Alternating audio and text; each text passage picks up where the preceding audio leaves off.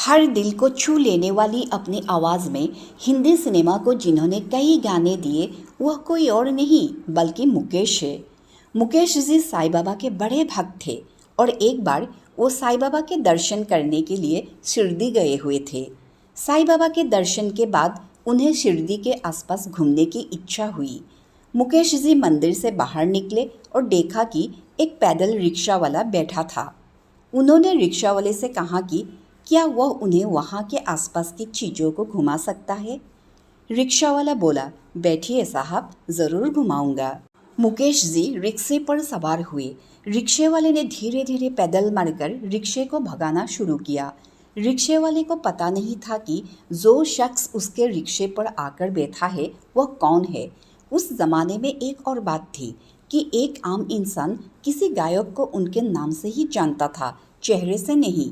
Radio के माध्यम से लोग उनकी आवाज़ ही सुन पाते थे। कुछ समय बाद जब रिक्शा अपने सामान्य गति पर आ गया तो रिक्शे वाले ने मुकेश जी का ही गाया हुआ एक मशहूर गीत गाए जा गीत मिलन के तू अपनी लगन के साजन घर जाना है गाने लगा। ये गाना है 1948 की फिल्म मेला का। संगीतकार थे नौशाद साहब, गीतकार थे शकील बदायूनी और हीरो थे दिलीप कुमार। मुकेश जी अपने गाने को सुनकर मुस्कुराए और रिक्शा वाले से बोले कि भाई यह किसका गाना गा रहे हो। तो रिक्शा वाले ने जवाब दिया कि क्या आप नहीं जानते, यह मुकेश जी का गाया हुआ गाना है। मुकेश जी थोड़े मजे लेने के मूड में थे। उन्होंने कहा कि नाम तो सुना है लेकिन वो बहुत गंदा गाते हैं, किसी और का गाना सुनाओ। यह सुनकर रिक्शा वाला नाराज हो गया और गुस्से में उसने इतने जोर से ब्रेक मारा कि मुकेश जी रिक्शे की सीट से खींचकर नीचे आ गए। रिक्शा एक बगल में रोककर उसने मुकेश जी को अपने रिक्शा से उतरने को कहा। मुकेश जी इस बात से थोड़ा डर गए लेकिन उन्होंने हिम्मत दिखाते हुए कहा कि क्या हुआ भाई। रिक्शा वाला ने गुस्से में कहा कि आप मुकेश जी को नहीं जानते तो कोई बात नहीं, लेकिन उनके बारे में आपने बुरा बोलने की हिम्मत कैसे की। फिर उसने बोला, साहब नीचे उतरिए।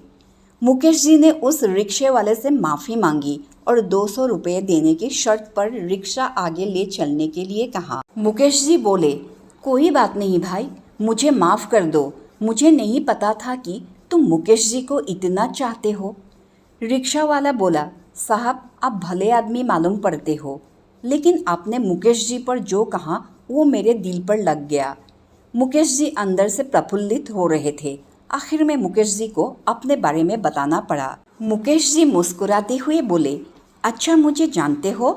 तो रिक्शा वाले बोले, आप मुकेश जी को नहीं जानते, मैं आपको जानकर क्या करूँगा। मुकेश जी बोले, सुनो तो, मैं ही हूँ मुकेश। रिक्शा वाला बोला, मजाक की भी हद होती है, अब जाओ इधर से। मुकेश जी बोले, अरे भाई मैं ही मुकेश हूँ, मुकेश चंद्र माथुर, और ये गाना मैंने ही गाया है। रिक्शा वाला बोला, नहीं मैं नहीं मानता, अगर आप मुकेश हो तो मुकेश होकर मुकेश की बुराई क्यों करोगे। मुकेश जी बोले, अरे भाई मैं वैसे ही मजाक कर रहा था। रिक्शा वाला बोला, अच्छा ये गाना सुनाकर बताओ तो मैं मानूं। तो मुकेश जी ने ये गीत गाना शुरू किया। इधर मुकेश जी ये गाना गा रहे थे और उधर रिक्शा वाले के आंखों से खुशी के आंसू बह रहे थे। गाना ख़त्म हुआ, रिक्शा वाला मुकेश जी के पाँव पर गिर पड़ा। मुकेश जी बोले, लो अब तो घुमा दो।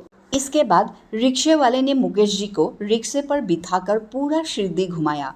रास्ते में मुकेश जी ने रिक्शे वाले को और कई गीत सुनाए। रिक्शा वाला बहुत खुश हुआ। घूमते घूमते दोपहर हो गई। दोनों लोग एक पेड़ की छांव में भी रुके। बातों बातों में मुकेश जी को पता चला कि उस रिक्शे वाले के पास अपना कोई रिक्शा नहीं था, वो भाड़े पर दूसरों का रिक्शा चलाया करता था। मुकेश जी ने मुंबई लौटने से पहले रिक्शे वाले के लिए एक नया रिक्शा खरीदा और उसे उपहार स्वरूप दिया। साथ ही उसकी बीवी बच्चों और उसके लिए नए कपड़े भी खरीद कर दिया।